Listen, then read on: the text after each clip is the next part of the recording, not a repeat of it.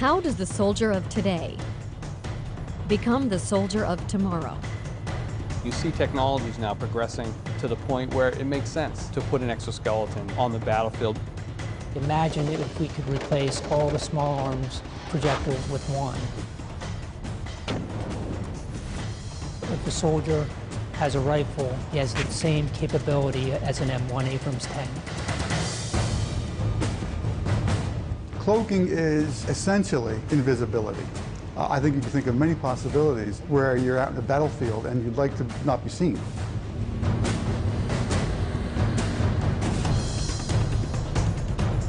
Making warfighters and their gear lighter, stronger, and safer with more firepower. Ensuring America's future soldier is a decisive weapon.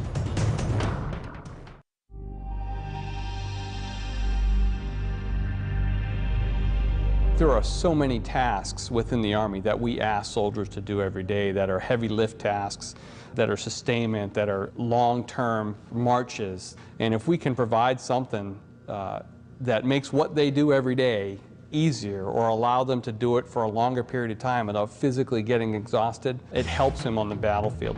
Whether it's advanced sensors, whether it's running faster, to be able to carry a heavier load for a longer distance, a device that knows you, that can learn you, and if it needed to, it knows how you walk, so maybe it takes you back.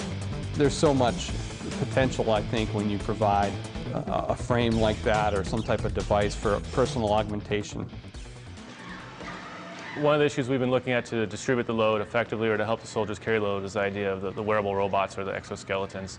We looked at the full body exoskeleton as well as just strictly a lower body, and where the lower body is just carrying the backpack load, and a full body has the ability to either do that or carry a manual load carriage in the arms.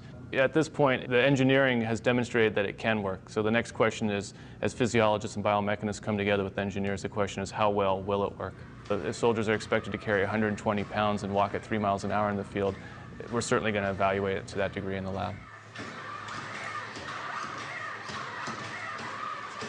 And one of the things that we've gotten smarter with over the years is that you can't just take a novel piece of equipment and expect someone to wear it. So as we get smarter in our research protocols, we've been building in more and more learning time, familiarization. It's an interesting feedback that we get. Some of the soldiers felt like they were more used to carrying the backpack by itself without the device because that's what they're used to, whereas other volunteers felt like they'd rather feel the effects of the device than rather have to feel the effects of the load on their shoulders. We've tested 2 prior versions, and each time we're seeing incremental improvements in how well it works. Our long-range research plan is to be able to address things in a very isolated environment here in the lab, and then to grow that research out and start getting into the field more. You have to enhance the soldier's strength to enable him or her to carry what they need to carry, giving him a better fit to the equipment that we have and actually designing and building equipment around his needs. The exoskeleton is an option that we have. It can provide considerable strength to carry things. One of the disadvantages is cost. And the question is the maintenance. The question is who would be wearing the exoskeleton, on what missions.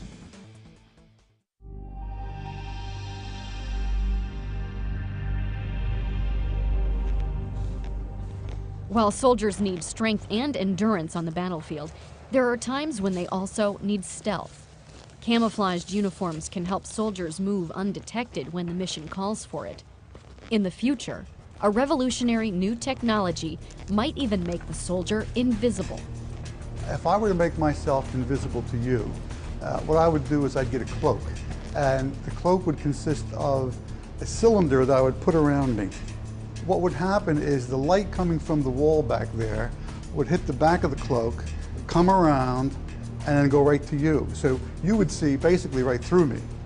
With metamaterials and the new kinds of materials that we are developing, we are able to control light as never before. It's like a whole new ball game. You start with some sort of given material like silicon, let's say, or something like that, and then you embed it. You embed it with small nanoparticles or tiny gold rods or maybe even tiny slivers of semiconductors. Now, by making these metamaterials, we're able to control light in these new ways. All the textbook things you read about light are now wrong. We can do things that beyond all these limits. So what we have here is actual experimental data of a working cloak. This works at microwave frequencies. This region here is what you're cloaking? So this region inside is the cloak, what would be cloaked, and this out here is the cloaking material. This is a truly invisible device. It's not just transparent like a piece of glass, where you can see that there's a piece of glass there because it distorts the scene behind it. This actually perfectly reconstructs everything. The Duke group did a very important experiment when they verified these ideas using microwaves, long waves. It proved that the concept of cloaking, the concept of metamaterials, the transformation that was used to make the light go around, it proved all those things were correct.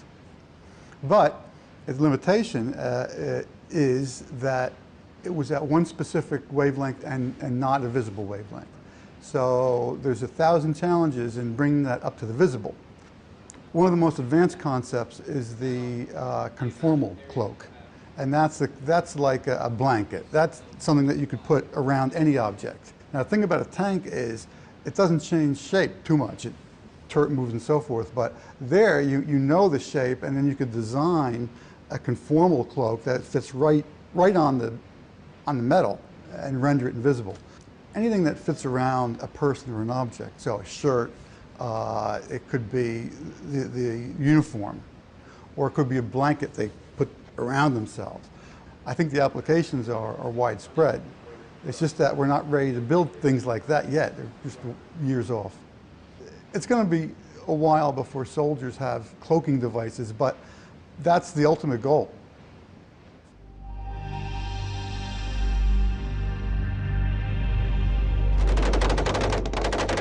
Imagine if we took, all the small arms projectiles that the Army uses now, and we hand one small arm projectile to the soldier, okay, with one weapon system. Just imagine what that would do for the Army if we could do that. And imagine a projectile 10 to 20 times more powerful than anything used by today's soldier. To get that bigger bang, Army researchers are trying to develop a new kind of explosive, using what they call disruptive energetic materials.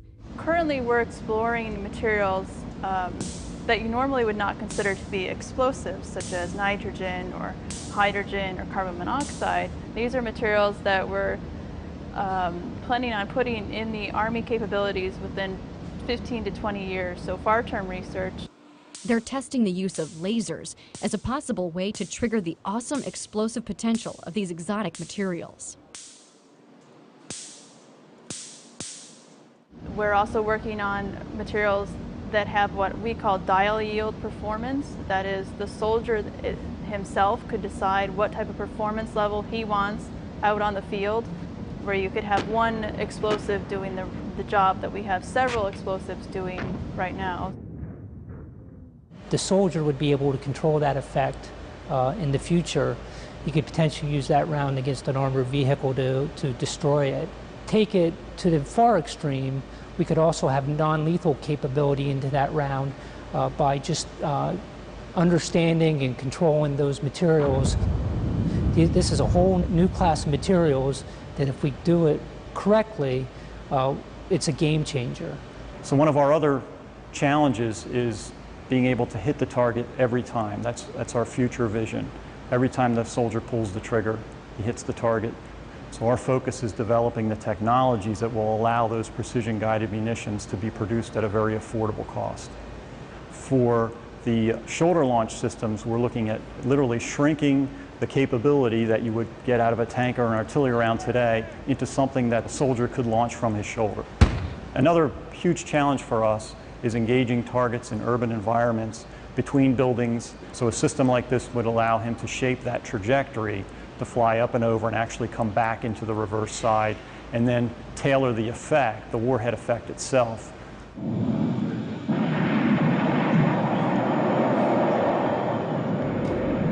Full spectrum capability in the hands of the individual soldier. Tank-like lethality. So one round that would replace many, many rounds is where we see the future of lethality going.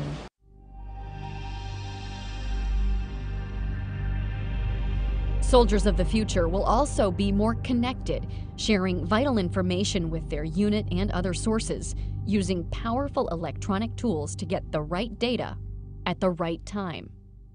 You have to limit the information to what the soldier needs to function. Situational awareness will be coming to him from sensors.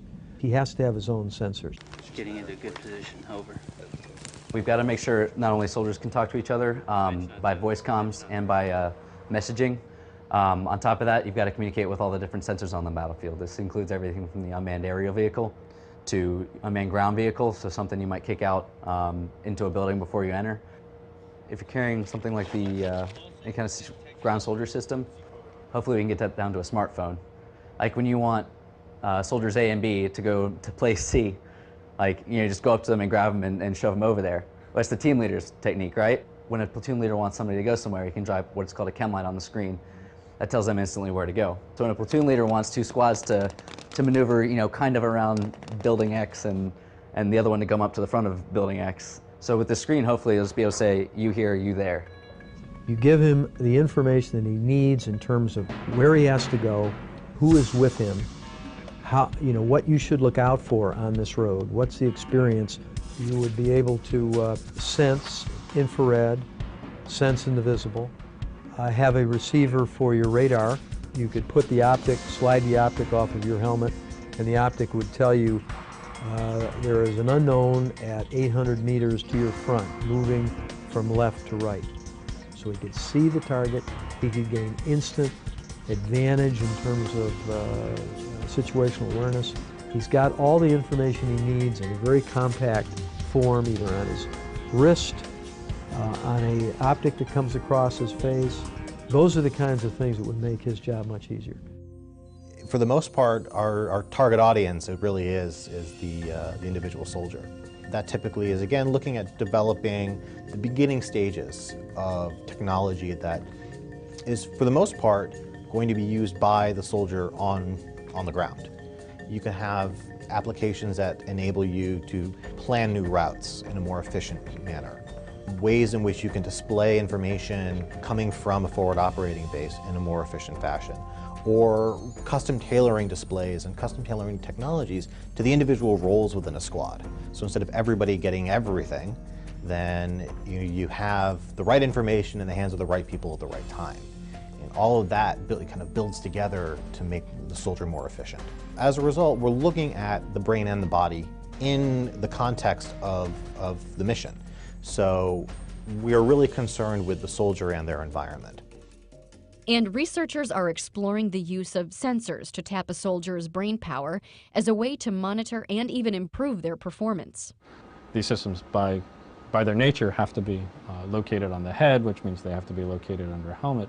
When a soldier is subject to a blast or is subject to a ballistic event, a bullet that hits them in the head, well, those pieces of metal that would be inside of a helmet then become secondary projectiles. So any type of design that is dependent upon metallic sensors probably not going to be able to be deployed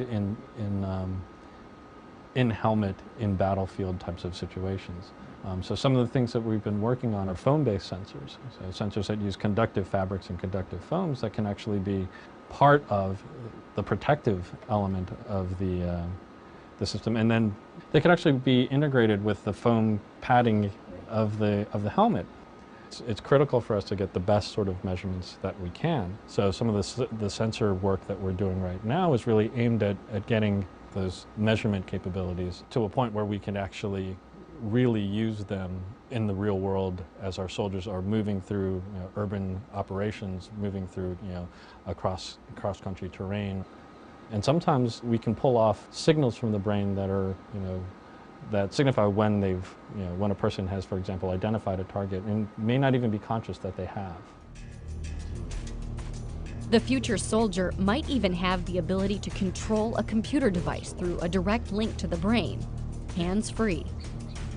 One of the more straightforward applications that we can think of is how can we utilize brain signals to actually directly control our interactions with a computing system. The approach of brain-computer interaction technologies is to design systems that function naturally with the way in which soldiers' brains function to effectively perceive and process information. when you actually do these types of brain-computer interfaces, trying to take away the burden of manual interaction with the computer system, well, you know, it's actually quite effortful. So some of the things that we can do in the laboratory, obviously, they take some time. Army researchers are also focusing on new ways to keep the future soldiers' high-tech gear powered up and ready. You think about the soldier, you know, people are thinking about the soldier, what power requirements he has. You think about there's computing, there's communications, and there's displays, and I think all those arenas there's potential for reduced energy demand. We're trying to get to a 5-volt battery. That would potentially extend the capability of the battery by roughly 30%. Translate to soldier, you know, roughly 1/3 less batteries he'd have to carry, or 3 times mission duration for the same battery.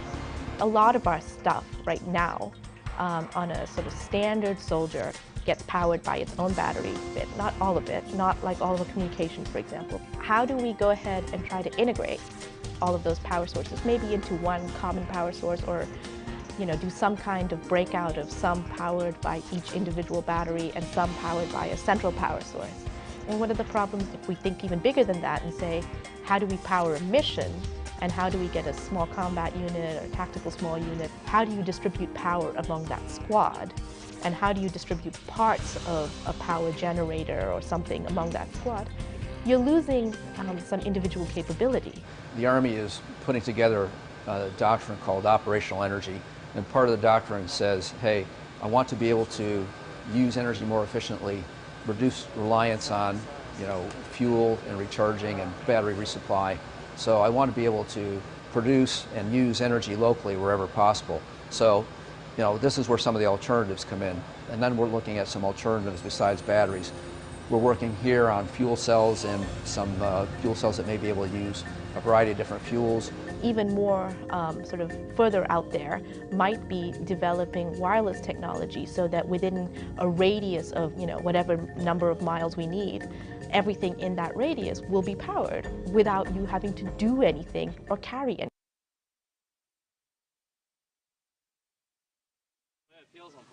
One of the things we realize is that the soldier is not a person who can carry any weight you want to put on his back. A person has limits in terms of his endurance. Our job is to really increase the capabilities for the soldier, but reduce the weight at the same time.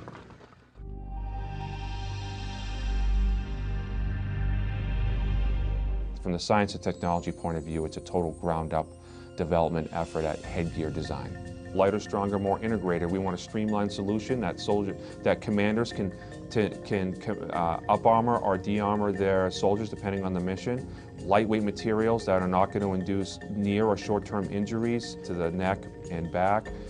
Lighter materials for improved mission performance, and just the overall streamlined system. We're looking at the balance and the center of gravity of the helmet from the biomechanical point of view, and then to go along with that, we're taking a look at the weight of the helmet, obviously, to reduce soldiers' load. We're investigating some new heads-up display technologies, more particularly see-through heads-up display. You have that micro display, it's a solid piece of equipment, and it reduces your field of view. So we're looking at technologies that will help open up that field of view and give the soldier more peripheral vision. Soldiers are experiencing a lot of wounds to the face due to secondary blast odor effects, whether it be glass, rocks.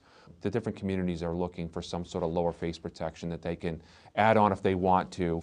If you want to be able to protect against every single threat that's out there, you're going to have a 10-pound helmet, which is not going to be good for the soldier. Not only for their situational awareness, but the short term, they're being able to accomplish their mission. Long term, possibly long-term disability or injuries. The idea is that we're always on the hunt for new materials that are going to give us a decisive advantage. The future helmet technology here we see largely in exploring new materials to address what we would consider new issues. Rifle protection, blast resistance. Historically, helmets have been designed for ballistic resistance. They have not been designed for blast. But as you know, it's an increasing concern, like what's the impact of blast on the soldier? And that's what we're exploring now, is how do we reduce the incoming impulse to the helmet and actually ultimately to the brain.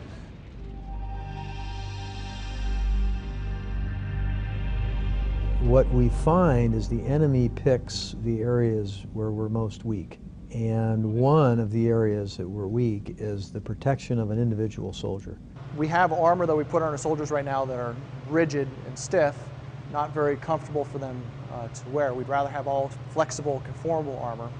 There's always a desire to engineer conformal, flexible, comfortable armor. And any additional tools we can come up with to help in that pursuit is going to be beneficial. A shear thickening fluid means you have very small particles dispersed in a liquid. So these are very small, very hard, smooth, spherical particles. And what's really interesting about this is this, by volume, is over 50% solids. So over 50% of this is solid glass. If I take a stick here and very slowly go in and out of the fluid, I can kind of go in and out. But if I jam it in there, I can't penetrate into the fluid. We saw this material, saw this as an opportunity to perhaps exploit it for military application. Our body armor that we wear right now is composed of fabrics like this. It's a plain woven Kevlar fabric, great ballistic protection. Now if I take the same fabric and I add the shear thickening fluid to it, it kind of acts like a glue that kind of holds together the yarns and fibers, does not permit them to slide past each other. So when I engage it with the awl, its only option for getting through is to break Kevlar. It's not going to let things slide out of the way, and you're just not strong enough to break Kevlar by hand with a tool. So I get that great puncture protection with something that's still nice and flexible. The heavy lifting is still done by the fabric. You need a high performance fabric in there. This is just altering the way the fabric is interacting with the thread. You're not going to see the fabric disappear and be replaced by purely fluid. It's because we're taking ballistic fabrics and treating them to give them puncture resistance. We can actually make a body armor material that has both puncture resistance and ballistic resistance. This technology primarily is addressing the soft part of the armor. So potentially, if it's designed properly, we could look at reducing the weight or the thickness of the vest. And because of the unique properties of this material, it gives us a lot of opportunities to really tune performance and potentially get us into doing things like creating extremities protection for the arms, the legs, the groin. This is basic research at this point, 5, 10, 15 years. And in fact, as we continue to learn more about the material, we might discover a completely new direction that will lead us down a different path. And soldiers are playing a key role along that pathway by providing a unique blend of feedback on behalf of the future soldier. An HRV is a human resource volunteer. We go and recruit these soldiers out of their schoolhouse, and we just tell them what we are about, tell them that they can come here and just be volunteers for certain programs that we have. Typical cycle, we can have anywhere from 25 to 33 volunteers, depending on how many studies are going on. They're each here for approximately 90 days each. The first time we went in, they brought us to 5,000 feet, back down, and then they brought us up to 11,500 feet. And then we sat in there for a good half an hour just to see if everybody was okay with it, no one was getting sick or altitude sickness. They put a tube in your mouth, and then they tell you to breathe, and then breathe in heavily, breathe out heavily, in and out. When they first came, they started talking about how this is going to help people on deployments and everything, and I thought it'd be really beneficial to my brothers and sisters in arms that we could help them out in the future. We're really just beginning to understand the relationships, all the intermingling relationships between the brain and the body and the environment. The nice part about virtual environments, immersive virtual environments, is you can control every aspect of the environment. You as the experimenter know exactly what variables you're manipulating, but at the same time creating a very realistic, immersive, again, sense to the soldier. Enemy down. All right, moving into the building. We could measure a soldier's ability to walk toward or away from targets. We could measure how quickly they respond to situations, or how quickly they make decisions between potential targets. So we can use these data to construct kind of models of soldier performance. Enemy down. So a piece of technology can have a load associated with it if it distracts you, if it requires your attention periodically. The goal, of course, is to have it complement the soldier in a natural way. It all comes down to capabilities. It all comes down to requirements. It all comes down to what does the soldier need on the battlefield and what makes sense. What we like to do is we like to lay out the long-term vision. But when we see the golden nugget, the potential game changer, we introduce that much quicker into the force. I like to think imagine. And right now we're what if in many other fields too. So that's a very important part of what we do. And then of course you have to back it up by reality. And sometimes, you know, reality is just a blade of a guillotine, cutting your idea right, the head right off it. But every once in a while the ideas work out.